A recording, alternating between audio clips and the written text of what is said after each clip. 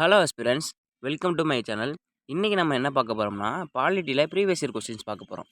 அதாவது நம்ம இந்த கொஸ்டின்ஸ்லாம் வச்சு இந்த ஆப்ஷனை வச்சு நம்ம எப்படி வந்து எல்லாத்துக்கும் ப்ரீஃபாக படிக்கிறது. இப்போ ஒரு ஆப்ஷன் வந்துச்சுன்னா அந்த ஆப்ஷனுக்கான ஆன்சர் ஃபுல்லாக நம்ம வந்து தேடி தேடி படிக்கணும். அப்போனா தான் நம்ம வந்து எல்லாத்தையுமே கவர் பண்ண முடியும்.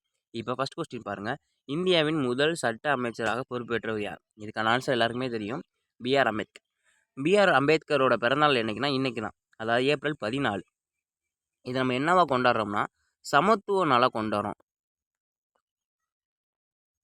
அதாவது ஈக்குவாலிட்டி டே அப்படின்னு கொண்டாடுறோம். உங்களுக்கு என்ன கொஸ்டின்னா, இந்த சமத்துவ நாள் அதாவது ஏப்ரல் 14 சமத்துவ நாளாக கொண்டாடுறோம். இதை என்னையிலேருந்து கொண்டாடுறோம் அப்படிங்கிறத வந்து கீழே கமெண்ட் பண்ணுங்கள். அப்படி உங்களுக்கு தெரியலனா நான் டிஸ்கிரிப்ஷனில் மென்ஷன் பண்ணுறேன். அடுத்து இவர் எப்போ பிறந்தார்னா ஏப்ரல் 14, அதாவது இன்றைக்கி தான் 1891 பிறந்தவர்.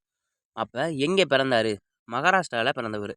இப்போ அடுத்து ஃபஸ்ட் ஆப்ஷன் பாருங்களேன், சர்தார் வல்லபால் பட்டேல். இவர் நம்ம இந்தியாக்கான என்ன பண்ணார்? இவரோட பிறந்தநாள் என்னன்னா அக்டோபர் 31. இதை நம்ம என்னவா கொண்டாடுறோம் அப்படின்னா தேசிய ஒற்றுமை நாளாக கொண்டாடுறோம். தேசிய ஒற்றுமை நாளாக கொண்டாடுறோம். இவர் நம்ம நாட்டுக்கான என்ன பண்ணார்னா மொத்தம் 552 பிரதேசங்கள் இருந்துச்சு. அதாவது நம்ம இந்தியா வந்து குடியரசு ஆகிறதுக்கு முன்னாடி.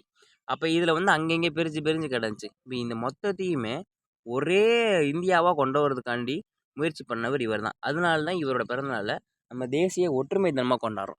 அடுத்து 3வது ஆப்ஷன் பாருங்கள், டாக்டர் ராதாகிருஷ்ணன்.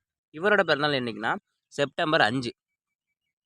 இவரோட பிறந்தநாளை என்னவா கொண்டாடுறோங்கிறதும் கமெண்ட் பண்ணுங்கள். இந்த மாதிரி ஆப்ஷனில் ஒரு இதுக்கும் நம்ம ஆன்சரை தேடி தேடி படித்தாலே ஓரளவு சிலபஸ் வந்து ப்ரீஃபாக நம்ம கவர் பண்ணிடலாம். ஓகே ஃப்ரெண்ட்ஸ், அடுத்த ஒரு வீடியோவில் சந்திப்போம். பாய்.